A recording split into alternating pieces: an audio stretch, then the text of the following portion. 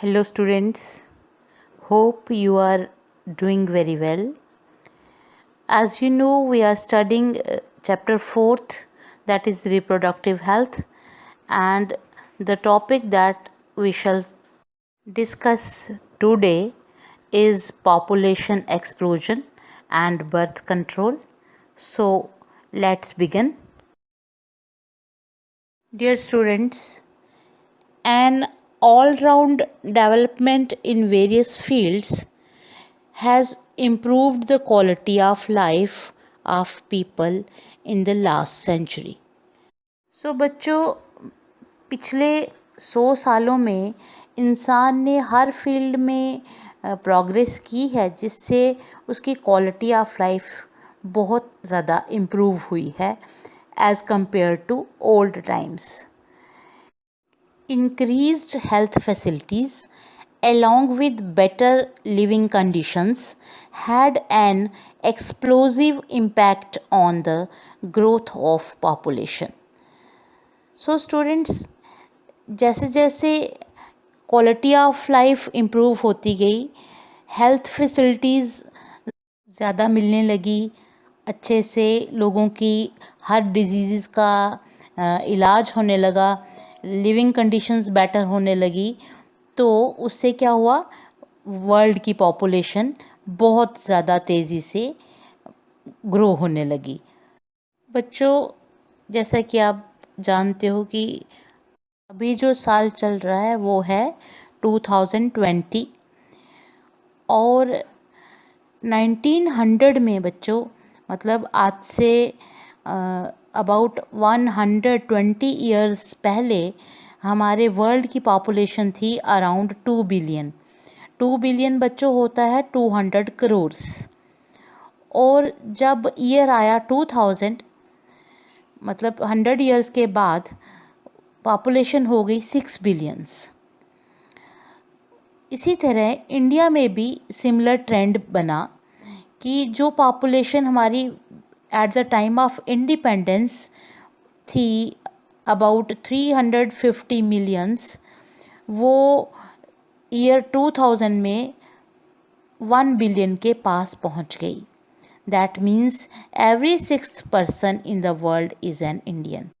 सो बच्चों, अगर 2000 में पूरे वर्ल्ड की पॉपुलेशन थी 6 बिलियन और इंडिया की पॉपुलेशन थी 1 बिलियन, इसका मतलब ये हुआ कि वर्ल्ड का हर छठा या हर 6th पर्सन जो है वो इंडियन है. तो अब तो आजकल तो आप न्यूज़ में भी देखते हो कि हमारी पॉपुलेशन जो है वो 1 बिलियन भी क्रॉस कर गई है. आजकल तो हम 130 करोड़ हो गए हैं. So a rapid decline in the death rate, maternal mortality rate and infant mortality rate, as well as an increase in the number of people in the reproducible age are probable reasons for this. So students, अगर हम ये सोचें कि ऐसा क्यों हो रहा है, पॉपुलेशन इतनी जल्दी जल्दी क्यों बढ़ती जा रही है, पहले तो इतनी फास्टली पॉपुलेशन नहीं ग्रो करती थी, तो इनके 3-4 रीज़न्स हो सकते हैं. First is decline in death rate. तो बच्चों, आजकल डेथ रेट, जिसको हिंदी में मृत्यु दर बोलते हैं, उसमें बड़ी ज़्यादा कमी आ गई है, क्योंकि आजकल बहुत सारी डिजीज़ का इलाज पॉसिबल है. गवर्नमेंट ने इतनी फैसिलिटीज़ दी हैं, हर इंसान अपनी डिजीज़ का अच्छे से ट्रीटमेंट करवा सके और डेथ से बच सके. More over, maternal mortality rate और इन्फेंट मॉर्टेलिटी रेट, मतलब जन्म के दौरान मदर की डेथ का रेट और बच्चों की डेथ का रेट भी बड़ा ज़्यादा कम हो गया है, क्योंकि पहले टाइम पे इतनी हेल्थ फैसिलिटीज़ नहीं थी, तो बहुत सारी इन्फेक्शंस और डिजीज़ के कारण मदर की और इन्फेंट्स की डेथ हो जाती थी. मगर आजकल ऐसा बहुत कम होता है, क्योंकि आजकल की जो डिलीवरीज़ हैं वो ट्रेंड डॉक्टर्स के हाथों होती हैं और डॉक्टर्स की देख रेख में पूरा वैक्सीनेशन का प्रोग्राम्स चलते हैं, जिससे माँ और बच्चे की दोनों की हेल्थ मेंटेन रहती है। And one more reason for population explosion is that there is an increase in the number of people in the reproducible age. So students, ये सारे reasons हैं जिनके कारण वर्ल्ड की पॉपुलेशन बड़ी फास्टली ग्रो कर रही है। Dear students, government has taken a number of steps so as to educate people about the alarming effects of population explosion and the benefits of small families through RCH programs। RCH जैसा कि आपने पहले भी पढ़ा, reproductive and child health care programmes, we could bring down the population growth rate, but it was only marginal। Students, इन programme से population growth rate कम तो हुआ, मगर बिल्कुल थोड़ा सा, क्योंकि ईयर 2001 सेंसस रिपोर्ट के अकॉर्डिंगली पॉपुलेशन ग्रोथ रेट जो था वो था 1.7%। 1.7% ग्रोथ रेट का मतलब होता है कि पर ईयर 1000 पीपल में 17 नए लोग और ऐड हो जाते हैं हर साल।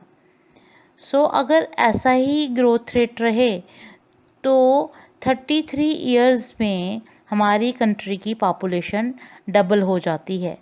सो such an alarming growth rate could lead to an absolute scarcity of even the basic requirements, that is food, shelter and clothing, roti, kapda और मकान। जब ऐसे ही स्पीड में पॉपुलेशन बढ़ती रहेगी तो लोगों को ये बेसिक रिक्वायरमेंट्स भी फुलफ़िल नहीं हो पाएंगे। So government has taken a large number of steps to overcome this problem of over population. First step is to motivate smaller families by using various contraceptive methods। सो government की policies में लोगों को motivate किया जाता है कि वो अपनी फैमिली का साइज़ स्मॉल रखें। आपने बड़ी सारी एडवर्टीज़मेंट्स में और न्यूज़पेपर्स एट्सेट्रा में देखा होगा कि there is couple with 2 children with the slogan हम दो हमारे दो, we two and our two. एक बड़ा खुश सा कपल दिखाई देता है जिसके साथ 2 बच्चे खड़े होते हैं। सो इन अर्बन एरियाज़ बहुत सारे जो यंग कपल्स हैं, जो वर्किंग वंस हैं, जहाँ पर दोनों हस्बैंड वाइफ बाहर काम करते हैं, उन्होंने 1 चाइल्ड नॉर्म को अडॉप्ट कर लिया है, so that they can provide all the facilities to their single child। सो ये भी एक बड़ा मेजर स्टेप है to overcome this population explosion. Students, ये स्टेप इफ़ेक्टिव तभी होगा जब इन जनरल जो रूरल एरियाज़ में, जो विलेजेस में भी लोग हैं, वो भी स्मॉल फैमिली साइज़ की ओर ज़्यादा से ज़्यादा प्रेफर करें। Next important step taken by government is that कि आजकल एक इम्पॉर्टेंट लॉ बना दिया है कि फ़ीमेल्स की एज 18 इयर्स और मेल्स की एज 21 इयर्स होगी फॉर मैरिज। मोरओवर आजकल गवर्नमेंट इंसेंटिव्स भी देती हैं उन कपल्स को जो स्मॉल फैमिली को प्रेफर करते हैं। So these are all the steps taken by the government to check the population growth rate in our country। So dear students, let's now discuss some of the commonly used contraceptive methods which help to prevent the unwanted pregnancies। हम उन contraceptive methods को discuss करेंगे जिससे unwanted pregnancy को रोक सकें। So students, contraceptive methods are divided into two categories. One is natural methods and second one are artificial methods. These artificial methods are barriers, IUDs, oral contraceptives, injectables, implants and surgical methods. An ideal contraceptive should be user friendly, easily available and effective. Natural method of contraception works on the principle of avoiding chances of ovum and sperm meeting. So students, natural method of contraception का मतलब होता है कि ovum को sperm से meet ही नहीं होने देना। एक प्रोसेस है जिसका नाम है periodic abstinence. In this method the couples avoid from coitus from the day 10 to 17 of the menstrual cycle when the ovulation could be expected। क्योंकि 10th डे से लेकर 17th डे जो मेंस्ट्रुअल साइकिल के बाद के होते हैं उन डेज़ में chances of fertilization are very high.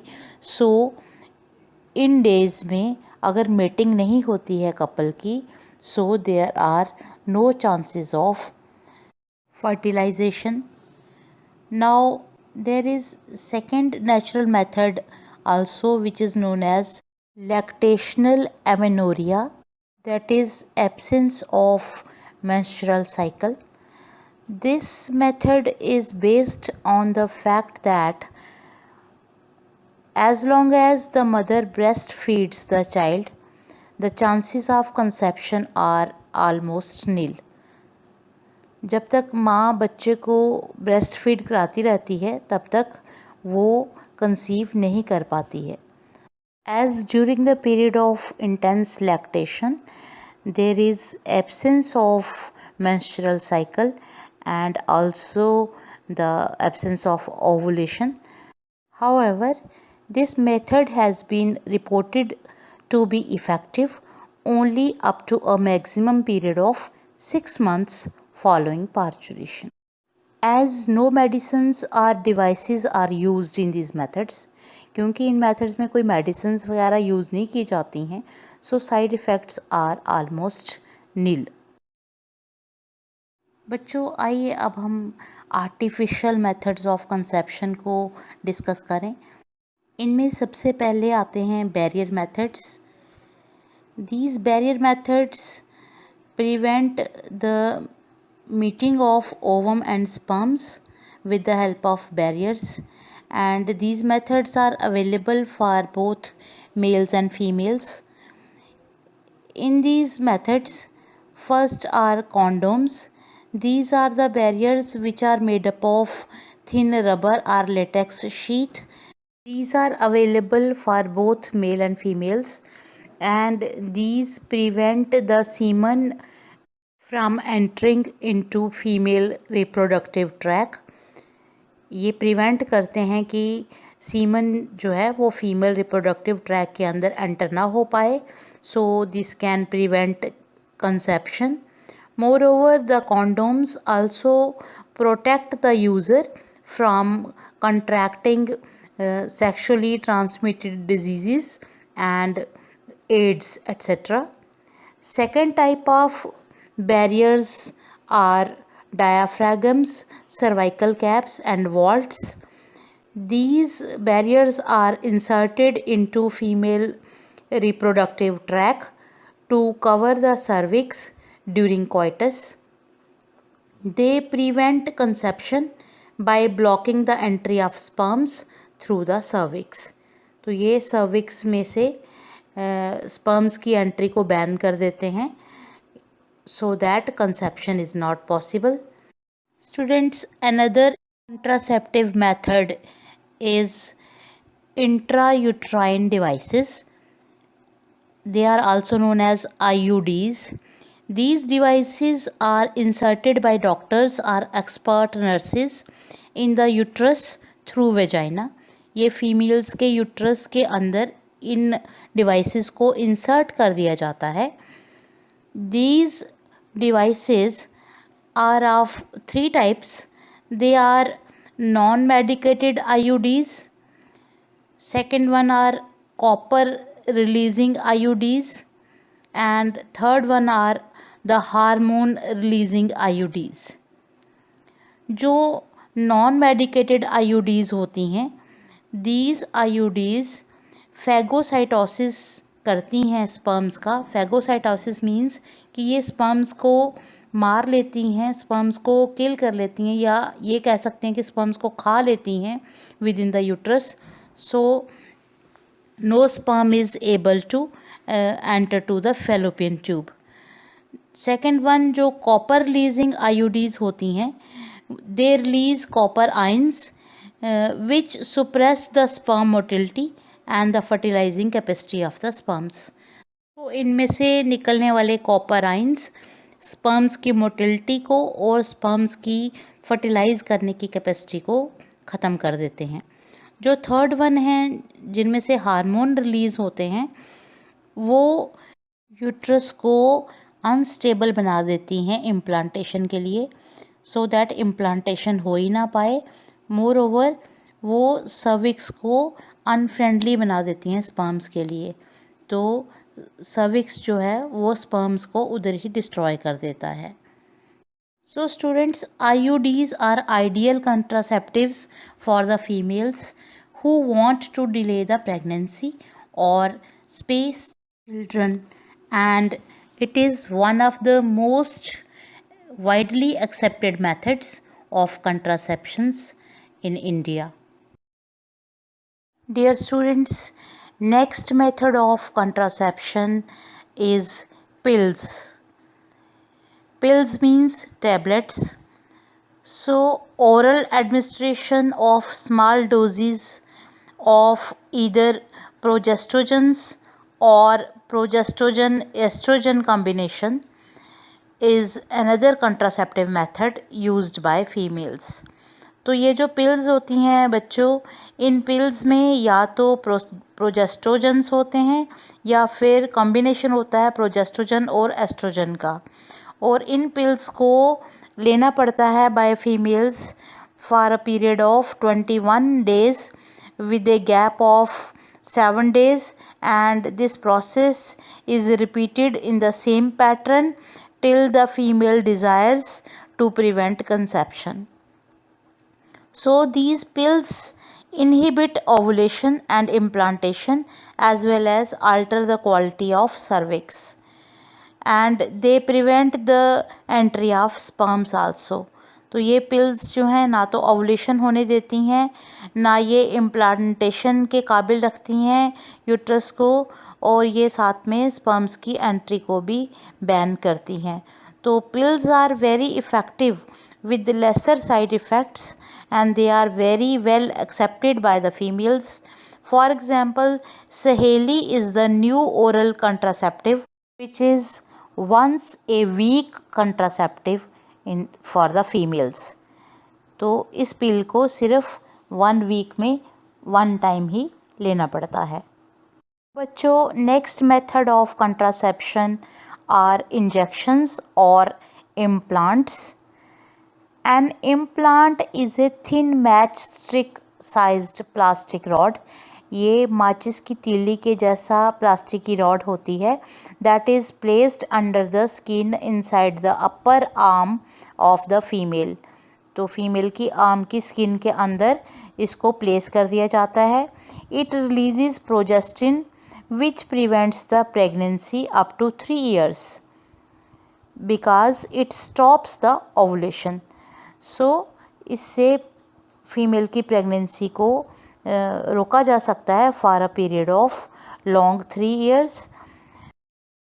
Dear students, next method of contraception is surgical method which is also known as sterilization.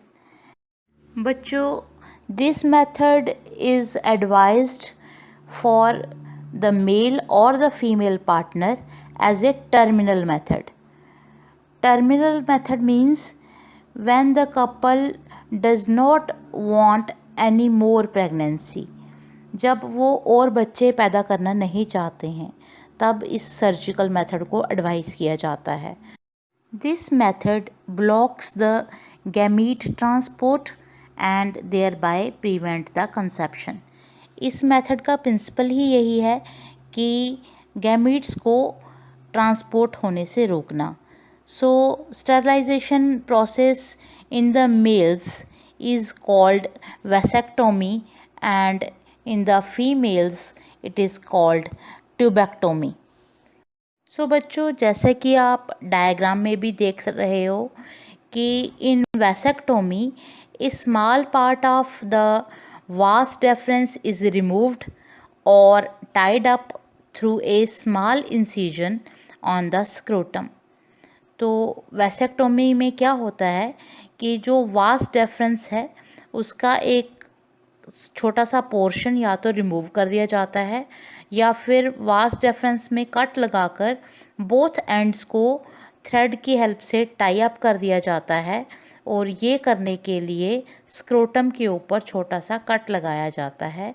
इसको वैसेक्टोमी बोलते हैं.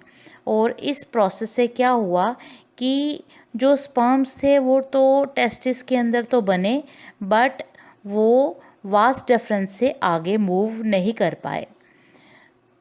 Now in tubectomy A small part of the fallopian tube is removed. तो females में बच्चों क्या होता है, fallopian tube के ऊपर कट लगाया जाता है और उसके बोथ एंड्स को टाई अप कर दिया जाता है with the help of thread through a small incision in the abdomen और थ्रू वेजाइना. और इस सर्जरी को करने के लिए भी या तो एब्डामिन के ऊपर एक स्मॉल कट लगाया जाता है या ये सर्जरी थ्रू वेजाइना की जाती है. These techniques are highly effective but their reversibility is very poor. ये टेक्निक्स बड़ी इफ़ेक्टिव हैं बट ये रिवर्सिबल नहीं है कि वास डेफरेंस या फेलोपियन ट्यूब्स के कट एंड्स को फिर से रीजॉइन नहीं किया जा सकता. So students, selection of suitable contraceptive method should always be undertaken in consultation with qualified medical professionals. So qualified professional की कंसल्टेशन से ही कंट्रासेप्शन के मेथड को सिलेक्ट किया जाना चाहिए क्योंकि these methods are used either to prevent pregnancy or to delay it or to space pregnancy. Now students, no doubt the widespread use of these methods have a significant role in checking uncontrolled growth of population. कि इसमें कोई शक नहीं है कि इन contraception के method से ग्रोथ ऑफ पॉपुलेशन को कंट्रोल करने में बड़ी ज़्यादा हेल्प मिली है but there are also side effects of these methods of contraception such as nausea, abdominal pain, breakthrough of bleeding, irregular menstrual bleeding or even breast cancer. Though these all side effects are not very significant but they should not be totally ignored. So students, this was all about the population explosion and different methods of contraception. I hope आपको अच्छे से समझ आया होगा. Till my next lecture फिर से वही बात, study hard and revise again and again. Thank you very much.